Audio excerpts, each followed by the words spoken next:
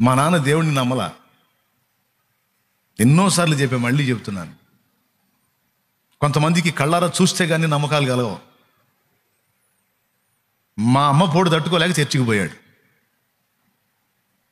పిల్లలంతా దేవుడిని నమ్ముకుంటే నువ్వేందయ్యో అని శోధిస్తుందని చర్చికి పోయాడు.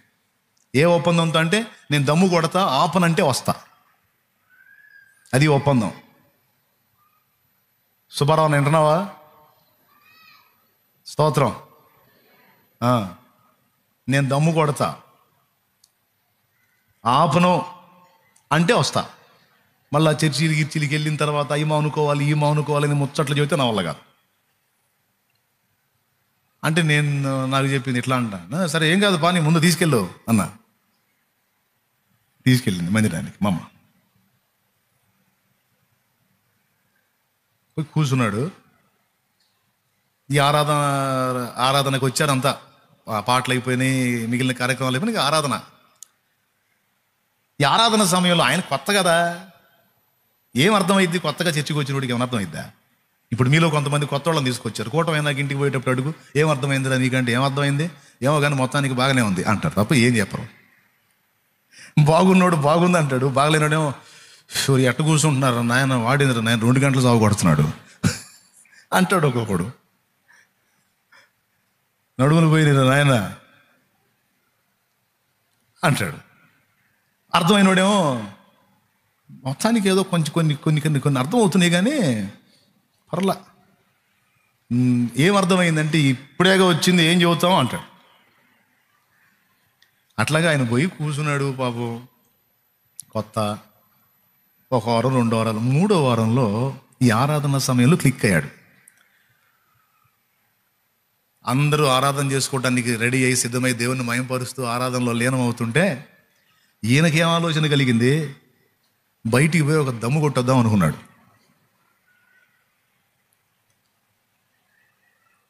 అలా అనుకొని కూర్చున్న దగ్గర నుంచి లేవబోయాడు. తూర్పు వైపు నిలబడి పాస్టర్ గారు పడమర ముఖంగా తిరిగి ఉంటాడు. విశ్వాసులేమో పడమర వైపు కూర్చొని తూర్పు ముఖంగా తిరిగి ఉంటారు. ఈయన మధ్యలో కూర్చున్నాడు. ఎట్టా అంటే ఇల్లు కనపడతారు, పాస్టర్ కనపడతాడు. చిన్నగా లెగుద్దామని లేవబోయేటప్పుడు ఒక ఒక ఒక మత్తు కలిగి తూలుడు వచ్చినట్టు కూలబడ్డాడు. కూలబడి ఇటు చూశాడు. పడమర ముఖంగా ఉంటుంది ఆ చర్చి. దూరం నుంచి ఒక తెల్లటి కొంగ ఆకారం, ఒక తెల్లటి కొంగలాగా రయ్యమని దూరంగా ఉండి రయ్యమని చర్చిలోకి వస్తాం. ఏననుకున్నాడు? ఎవడో తుపాకీ తీసుకొని దాన్ని వేల్చినట్టున్నాడు. ఆ తోట దెబ్బకి ఎటుపోవాలో అర్థం కాక అది బిడి తప్పి చర్చిలోకి వస్తుంది. కొంగ ఎవరో వేటగాడు కొట్టినట్టున్నాడు అనుకున్నాడు. తెల్లటి రెక్కలు సాచి రయ్యమని దూసుకొస్తున్నటువంటి ఆ పక్షి ఆకారం మందిర సమీపంలోకి వచ్చినప్పుడు పక్షి కాదు, చాచిన చేతులతో ఉన్న ఒక వ్యక్తి. చాచిన చేతులతో ఉన్న ఒక వ్యక్తి. ఆ చేతులు ఎంత పొడవు ఉన్నాయంటే ఆయన చెప్తున్నాడు, దేవుని మందిరపు ఈ తట్టు గోడకి ఆ తట్టు గోడకి ఆవునంత పెద్దవి అన్నాడు. అంత పెద్ద చేతులు. నేను చెప్పింది ఒట్టి మాట కాదు. ఆ దెబ్బకి మా నాన్న దమ్ముకి మా అడ్రస్ లేకుండా పోయినాయి. అందుకు చెప్తున్నాను నేను. దేవునికి స్తోత్రం కలుగును గాక. హల్లెలూయా. ఆ వచ్చిన పక్షి అనుకున్నాడు, పక్షి కాదు, పక్షి ఆకారంలో కనపడ్డాడు. అలాగే వచ్చేసి తీరా మందిరావణంలోకి వచ్చినప్పుడు తెల్లని వస్త్రములు ధరించి చాచిన చేతులతో ఉన్న ఒక వ్యక్తి. ఆయన మందిరంలో ఉన్నటువంటి వ్యక్తులందరి తలల మీద ఆ చేతిని స్పర్శిస్తూ ఉన్నాడట.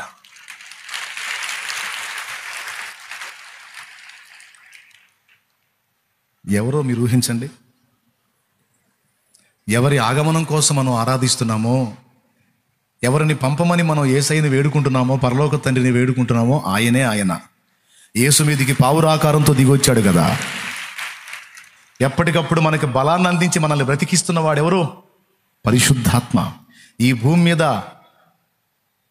మన దీపాలు ఇంకా ఆరిపోకుండా వెలుగుతున్నాయంటే ఆ నూనె పోస్తున్నటువంటి వ్యక్తి ఎవరో తెలుసా? పరిశుద్ధాత్మ దేవుడు. ఆయన ప్రత్యక్షత కలిగింది. ఈయనకి బిత్తరపోయాడు. అందరినీ స్పర్శించారు. రయ్యమని వచ్చేసాడు మందిరంలోకి. ఆరాధన అందరినీ టచ్ చేసి అందరినీ స్పర్శించి మధ్యలో అదృశ్యమయ్యాడు. దర్శనం ఉన్న వాళ్ళకి నేను చెప్పేది నిజమో కాదో అర్థమైంది. మీలో కూర్చున్న కొంతమంది ఎన్నోసార్లు చూశారు ఆరాధనలో ఈ బలిపీఠం మీద దేవుడి సన్నిధి రావటం, ఈ బలిపీఠం మీద దేవుని సన్నిధి కనపడటం, మన మధ్యలో మన మీద దేవుని సన్నిధి కనపడటం ఎంతోమంది అనుభవించి నా దగ్గరికి వచ్చి సాక్ష్యం చెప్పారు.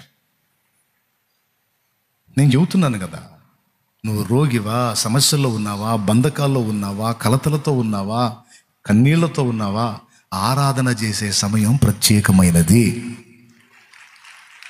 దాన్ని పోగొట్టుకోవద్దు అని మొత్తుకొని చెబుతాను. నేను ఇంత చెప్పినా కూడా ఆరాధనలో చూస్తే కొంతమంది కళ్ళు తెరిచి, ఎందుకు ఇది ఎవరు అడిగారు కళ్ళు తెరిచి అంత బలవంతంగా అంత ఇబ్బంది పడతా? తరువాయి భాగం ఏంది ఇది? ముందు ఒక భాగం అయిపోయింది, తర్వాత ఇంకో భాగం, ఇప్పుడు పైకి లేచి నిలబడ్డాం. ఈ భాగం పూర్తయితే తరువాయి భాగం వాక్యం. నీ మొక్కుబడి, అలవాటు, ఆచారం నాకు నచ్చదండి. ఆచారంగా ఏది చేసినా చేదరే నాకు. ఆత్మీయతతో కదా చేయాలి, ఆత్మతో కదా చేయాలి. ఏమంటావు?